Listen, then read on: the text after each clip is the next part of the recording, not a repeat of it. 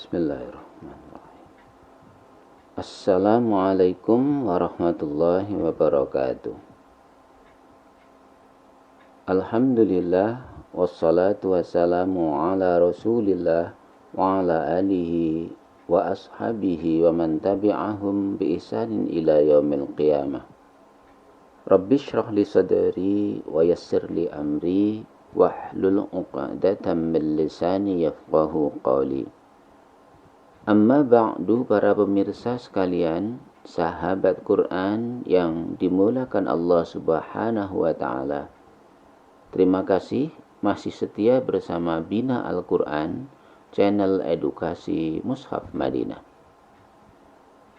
Pada kesempatan ini, saya akan melanjutkan lagi seri komparasi dua mushaf, yaitu Mushaf Standar Madinah dan Mushaf Standar Indonesia. Pemirsa, Mushaf Standar Madinah adalah salah satu contoh mushaf Rasm Utsmani yang menggunakan enkripsi Dhabt versi terbaru yang mengadopsi pendapat Syekh Abu Dawud Sulaiman bin Najah. Sedangkan Mushaf Standar Indonesia adalah salah satu contoh mushaf Rasm Utsmani yang masih menggunakan enkripsi Dhabt versi lama yang mengadopsi pendapat Syekh Abu Amr Ad-Dani. Pemirsa, komparasi ini dilakukan dalam rangka merunut link historis dan menilik sisi positif di balik perbedaan yang ada pada kedua mushaf. Pemirsa, pembahasan komparasi kali ini hanya akan menyoroti pembaruan Dhabt pada formasi mad. Adapun ilustrasi gambar ayat saya ambil dari dua mushaf cetakan Dar Syafi'i Jakarta. Informasi tentang mushaf itu saya sematkan di bagian deskripsi video ini. Sahabat Quran, sebelum masuk ke poin utama pembaruan Dhabt, saya mengajak Anda untuk menilik dan mencermati fakta transkripsi huruf mad pada mushaf yang menggunakan enkripsi Dhabt versi lama, seperti halnya Mushaf Standar Indonesia.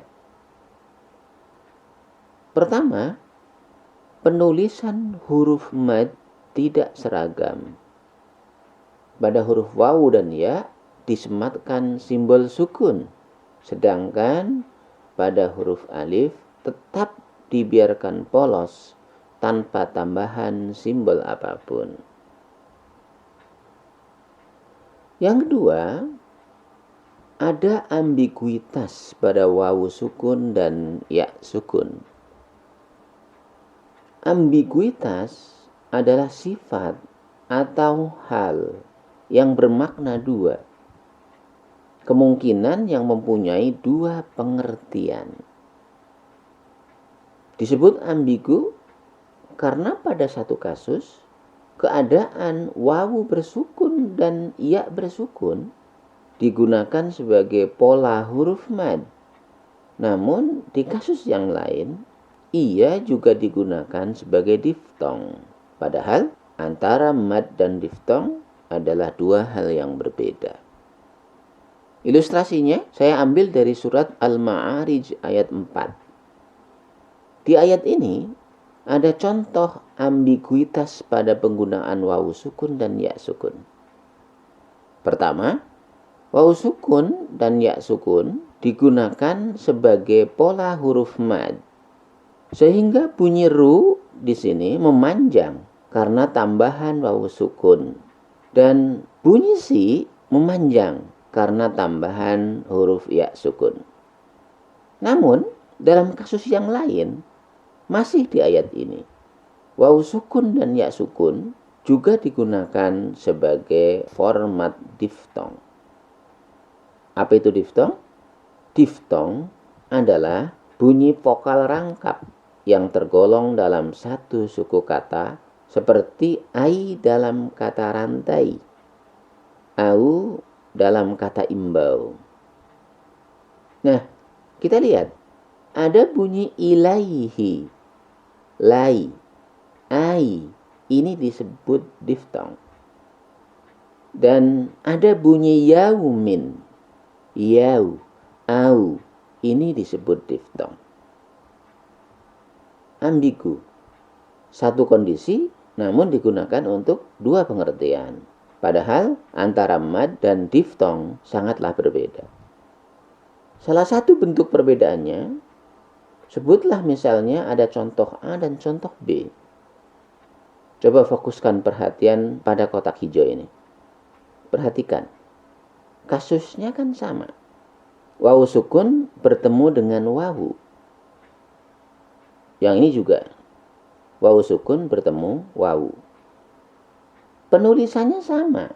Namun mengapa keadaannya kemudian berbeda? Pada contoh B, wawu sukun bertemu dengan wawu, terjadi idgham. Namun pada contoh A, wawunya sukun juga. Tapi tidak terjadi merger atau idgham ke huruf yang sama di hadapannya. Ini adalah salah satu sisi perbedaan antara huruf mad dan diftong. Pada diftong bisa terjadi merger atau idgham. Pada huruf mad, idgham itu tidak terjadi. Pemirsa sekalian, kemudian fakta yang ketiga, juga terdapat ambiguitas pada huruf polos. Tampilan huruf polos mempunyai dua pengertian atau dua keadaan. Pada satu kasus, format huruf polos dimaksudkan sebagai fungsi mad. Namun, pada kasus yang lain, huruf polos justru dimaksudkan sebagai pembatalan mad. Pembatalan mad itu hurufnya ada, namun tidak dihitung sebagai mad. Itu saya sebut pembatalan mad. Ilustrasinya kita ambil dari surat Al-Baqarah ayat 179. Di sini ada contoh ambiguitas pada penggunaan huruf polos. Pertama, alif. Ini polos ya. Alif di sini dimaksudkan sebagai huruf mad. Sehingga bunyi so memanjang karena ada alif. Demikian juga bunyi ba memanjang karena ada alif. Dalam kasus yang lain, masih di ayat ini juga, huruf polos justru dimaksudkan untuk pembatalan mad. Sehingga kita lihat bunyi uli, u-nya ini pendek karena wawunya tidak dihitung sebagai huruf mad. Nah pemirsa, faktor ketidakseragaman simbol dan adanya ambiguitas ini adalah isu utama di balik pembaruan dhobit. Pembaruan pada enkripsi dhobit terbaru mengarah pada penyeragaman format simbol dan bertujuan meminimalisir adanya ambiguitas. Sehingga per satu format simbol hanya memiliki satu interpretasi saja. Nah pemirsa, seperti apa pembaruan dhobit pada formasi mad di Mushaf Standar Madinah? Yuk kita kepoin bareng-bareng videonya. Yang pertama, reformasi huruf mad. Pemirsa, di Mushaf Standar Indonesia, huruf mad ditampilkan dalam dua versi. Pada alif dia polos, dan pada wawu dan ya ada tambahan simbol sukun. Nah, pada wawu dan ya sukun ini terjadi ambiguitas. Karena wawu sukun dan ya sukun juga digunakan sebagai format diftong. Nah, di Mushaf Standar Madinah, hal ini diperbarui. Untuk huruf mad, formatnya diseragamkan. Baik wawu, ya, maupun alif dipoloskan semua. Sudah tidak ada sukun lagi pada wawu dan ya. Adapun sukun pada wawu dan ya hanya digunakan untuk formasi diftong. Itu pembaruannya ya.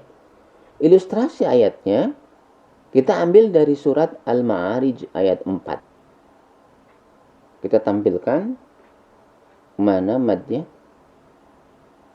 Nah ini dia. ada 5 mad ya. Yaitu pada wawu bersukun ya. Ya bersukun. Adapun pada alif dia polos, nggak ada sukunnya. Di mushaf standar Madinah, format huruf mad ini diperbarui. Wawu yang semula sukun menjadi polos. Ya yang semula sukun menjadi polos. Sehingga 3 huruf mad tampilnya seragam. Baik wawu, ya maupun alif, semua tampil polos. Adapun sukun masih tetap digunakan. Hanya pada format diftong. Lihat di sini, ilaihi, lai. Ya, lai, ini diftong. Kemudian yaumin, yau, ini diftong. Nah, untuk format rasemnya tetap sama ya, antara mushaf standar Indonesia dengan mushaf standar Madinah. Makanya mushaf standar Indonesia juga disebut mushaf rasem Utsmani karena rasemnya sama. Perbedaannya hanya pada format dobetnya. Di mushaf standar Madinah, format huruf mad diseragamkan tanpa sukun. Sementara di mushaf standar Indonesia, pada alif polos dia tanpa sukun, namun pada huruf wawu dan ya menggunakan sukun. Yang kedua, pembatalan huruf mad. Yang dimaksud pembatalan huruf mad adalah di mushaf tertulis huruf madnya. Ada wawu, ya, dan alif. Namun fungsinya dibatalkan. Tidak jadi berfungsi sebagai huruf mad. Nah, di mushaf standar Indonesia, huruf mad yang dibatalkan fungsinya, formatnya juga tidak seragam. Ada yang polos, ada yang ditambah sifar atau angka 0 dia. Jadi angka 0 juga sudah ada untuk pembatalan alif. Namun tidak seragam. Kebanyakan alif yang tidak berfungsi sebagai huruf mad justru polos. Sementara di mushaf standar Madinah ini dibakukan. Semua huruf mad yang tidak dipakai sebagai format huruf mad, dia diberikan tambahan sifar, angka 0 di atasnya. Arti angka 0 itu seolah-olah huruf itu memberitahu, nilaiku 0, maka jangan dihitung. Jangan jadikan aku sebagai huruf mad. Itu maksudnya ya. Nah, ilustrasinya saya ambil dari surat Al-Baqarah ayat 5. Mana pembatalan madnya? Nah ini. Pada kata ulaika, bunyi u-nya pendek. Karena apa? Karena wawunya batal. Di mushaf standar Indonesia, kalau wawunya polos, itu maksudnya wawu itu tidak berfungsi sebagai mad. Karena yang berfungsi sebagai mad seperti ini nih ya, dia ada sukunnya. Nah, kalau yang polos seperti ini, dia tidak berfungsi sebagai huruf mad. Nah, ini yang disebut pembatalan mad. Ditampilkan polos. Makanya bunyi u pada kata ulaika, itu u-nya pendek, tidak panjang. Nah, di mushaf standar Madinah, untuk pembatalan huruf mad, pada huruf mad itu ditambahkan sifar atau angka 0. Sebagai tanda bahwa huruf itu tidak dihitung sebagai huruf mad. Sehingga di kata ulaika ini, u-nya dibaca pendek karena wawunya tidak berfungsi sebagai huruf mad. Tandanya angka 0 atau sifar di atasnya. Ilustrasi kedua, kita ambilkan dari surat Adz-Dzariyat ayat 47. Mana pembatalan madnya? Nah, ini dia. Pemirsa, ini huruf ya. Namun tidak ditambahin titik sebagai dobet ya. Karena memang untuk huruf ya kadang-kadang bertitik dan kadang-kadang tidak. Nah, ini huruf ya nih. Huruf ya-nya polos. Artinya huruf ya ini tidak berfungsi sebagai huruf mad. Nah, di mushaf standar Madinah, pada huruf ya itu di atasnya ditambahin angka 0 atau sifar. yang dimaksudkan sebagai pemberitahuan bahwa huruf ini tidak dihitung sebagai huruf mad ketika kita membaca Al-Quran. Jadi dia berbeda dengan format huruf mad, karena kalau huruf mad itu tampil polos. Pemirsa sekalian, kita lanjutkan ya. Pembaruan dobat di Mushaf Standar Madinah juga dilakukan dalam rangka merinci simbol vokal dan simbol mad. Sebagaimana kita tahu, di Mushaf Standar Indonesia terdapat fathah tegak. Ini maksudnya adalah fathah yang berfungsi sebagai simbol vokal sekaligus mad. Jadi kalau bunyinya A, misalnya A-nya 2 ketukan. Atau kasroh tegak. Ini adalah simbol untuk menyatakan vokal sekaligus mad. Vokalnya panjang. Jadi bunyi I-nya I panjang 2 ketukan. Atau domah terbalik. Domah terbalik ini juga simbol vokal, namun vokalnya panjang sekaligus berfungsi sebagai mad. Nah, keadaan ini diperbarui di Mushaf Standar Madinah. Untuk fathah tegak, simbolnya dirinci sehingga fathahnya kembali dinormalkan, miring. Kemudian fungsi madnya dinyatakan dengan dobet replika huruf alif. Saya sebut alif kecil, ya, alif kecil. Jadi ingat nih pemirsa sekalian, di Mushaf Madinah ini bukan fathah ya, tapi ini alif kecil. Ini nyaru nih, sering pada salah ya, sering pada salah. Nah, kemudian untuk kasroh tegak yang dibaca panjang, kasrohnya dinormalkan menjadi miring. Kemudian simbol madnya ditambahin dobet baru berupa replika huruf ya. Saya sebut ini ya kecil. Ini ya kecil ya, bukan koma. Banyak yang menganggap ini koma ya, padahal itu adalah replika huruf ya kecil. Kemudian pada domah terbalik diperbarui domahnya normal seperti angka 9. Dan simbol madnya di sana dibuat dobet baru replika huruf wawu. Saya sebut wawu kecil, gitu ya. Nah, pemirsa sekalian, pembaruan ini adanya replika alif, ya, dan wawu yang kita sebut alif kecil, ya kecil, dan wawu kecil itu menjadikan formasi mad seragam dengan formasi mad yang telah ada sebelumnya, di mana yang namanya mad ya ada vokal dan ada huruf tambahannya, ada huruf madnya. Ilustrasinya kita ambilkan dari surat Al-Haqqah ayat 25. Mana madnya? Nah, ini dia. Ada 5 ya. Alif tegak, domah terbalik, kasrah tegak. Nah, di Quran Standar Madinah, fathah tegak direformat menjadi fathah yang normal dan replika alif. Kemudian domah yang terbalik diperbarui menjadi dhammah dan replika wawu. Kemudian kasrah tegak ini diurai, dirinci, ada vokalnya dan ada replika huruf ya. Kalau kita lihat rasemnya sama saja ya, sama saja. Yang membuatnya berbeda hanya tambahan replika huruf mad. Itu sebagai bentuk reformasi simbolnya.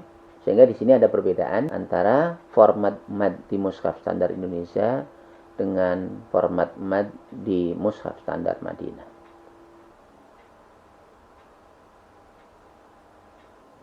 Pemirsa, pembaruan dobet selanjutnya adalah pembaruan penulisan mad badal. Nah, saya maksudkan mad badal yang ada di sini yang direformat adalah mad badal yang ada pada alif. Kalau yang ada pada hamzah itu masuk pada poin yang tadi itu, merinci vokal dan mad. Nah, untuk mad badal yang ini saya sendirikan karena apa? Ada reformasi bentuk tulisannya yang tidak sama dengan penjelasan yang sudah saya sampaikan sebelumnya. Pemirsa, di Mushaf Standar Indonesia kita mendapatkan format mad badal seperti ini. Alif dengan fathah tegak. Di Mushaf Standar Madinah, format ini diperbarui. Coba kita simak bertahap ya. Yang pertama, setiap alif berharokat diubah menjadi hamzah. Ini sudah dibahas ya pada video yang lalu. Kemudian setelah dijadikan hamzah, fathah tegaknya diurai menjadi seperti ini. Nah, ini ada sebuah kondisi dua alif yang berjejer. Nah, keadaan ini di tata bahasa Arab adanya alif yang berjejer itu kurang elok sehingga dihindari. Karena itu kemudian bentuknya yang semula seperti ini direformat menjadi seperti ini. Nah, ya, sehingga hamzahnya memisahkan diri dan yang dijadikan sebagai huruf mad adalah alif rasamnya. Nah, pemirsa, seringkali mad badal tipe ini dirangkai dengan lam sehingga formatnya seperti ini.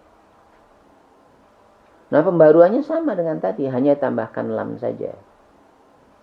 Alif berharokatnya ditambah hamzah dulu. Kemudian fathah tegaknya direformat, ya, ada vokalnya dan ada replika huruf alif. Karena ada dua alif berurutan seperti ini tidak lazim di dalam bahasa Arab, kemudian diubah bentuknya di mana hamzahnya digeser. Nah, sehingga fungsi alif rosem di situ berubah menjadi huruf mad. Ilustrasinya saya ambilkan dari surat An-Nisa ayat 119. Mana mad badalnya? Ada 3 ini ya. Saya tampilkan di sini yang ada lamnya dan yang tidak. Di Mushaf Standar Madinah, format mad badal ini diperbarui menjadi seperti ini. Gitu ya. Kan jadi berbeda ini antara Mushaf Standar Indonesia dengan Mushaf Madinah. Nah, ini yang alifnya tegak direformat menjadi seperti ini. Bila didahului dengan lam, dia direformat menjadi seperti ini. Nah, ini hamzahnya diapit antara lam dan alif. Nah, ini adalah mad badal ya. Kalau yang bukan mad, formatnya seperti ini nih. Hamzahnya di ujung alif.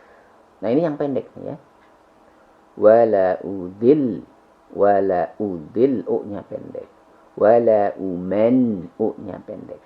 Nah, yang panjang, yang ada mad badalnya, ini letak hamzahnya di tengah-tengah. Diapit antara lam dan alif. Nah, itu perbedaannya ya. Kemudian berikutnya pemirsa sekalian, pembaruan penulisan dhabt pada nama Allah Subhanahu wa taala. Di Mushaf Standar Indonesia, setiap tulisan nama Allah fathahnya ditampilkan tegak berdiri. Itu artinya bunyi Allah-nya itu panjang 2. Ya, panjang 2. Allah. Panjangnya 2 ketukan. Allah. Nah, di Mushaf Standar Madinah, setiap tulisan asma Allah direformat. Di mana fathahnya itu dibuat normal, miring. Namun, cara bacanya harus tetap sama. Ya, harus tetap sama. Nah, ini menjadikan penulisan nama Allah di 2 mushaf menjadi berbeda. Ilustrasinya saya ambilkan dari surat Al-Ikhlas ayat 1 dan 2. Tulisan nama Allah, fathahnya tegak. Sementara di Mushaf Standar Madinah, setiap tulisan asma Allah itu fathahnya dibuat normal. Ya, namun walaupun berbeda, cara bacanya tetap sama. Bukan pendek ya. Nah, pemirsa, termasuk bacaan Allahumma itu juga asalnya dari kata Allah ya. Orang Arab biasa mengucapkan lafaz ya Allah dengan Allahumma, sama saja artinya. Jadi Allahumma di sini artinya adalah ya Allah. Dan asalnya adalah dari kata Allah. Makanya kemudian cara baca Allahumma itu disamakan dengan cara baca lafaz Allah. Ilustrasinya saya ambilkan dari surat Yunus ayat 10. Nah, di sini ada Allahumma, ya. Di mushaf standar Madinah, Allahumma fathahnya dibuat normal. Namun cara bacanya sama. Kalau rosemnya sama, ya. Rosemnya sama. Perbedaannya hanya di perubahan penulisan fathahnya saja. Nah, pemirsa sekalian, demikianlah pemaparan tentang pembaruan dhabt pada formasi mad dalam mushaf standar Madinah. Dengan pembaruan itu, struktur dhabt yang ada pada huruf mad menjadi lebih konsisten dan seragam. Persatu simbolnya hanya memiliki satu interpretasi saja, sehingga menjadi sangat jelas mana huruf yang menunjukkan fungsi mad, mana yang diftong, mana yang dibatalkan. Dengan demikian maka ambiguitas yang ada pada simbol dhabt versi lama telah terkoreksi.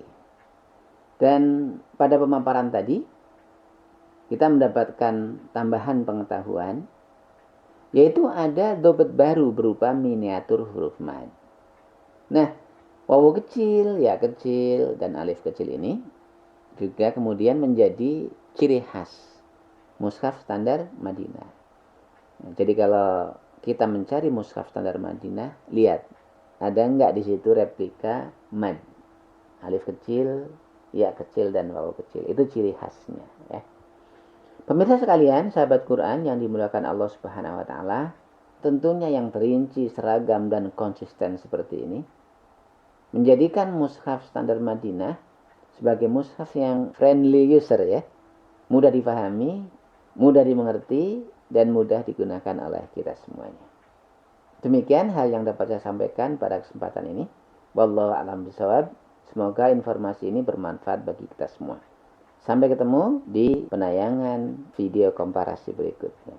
Assalamualaikum warahmatullahi wabarakatuh.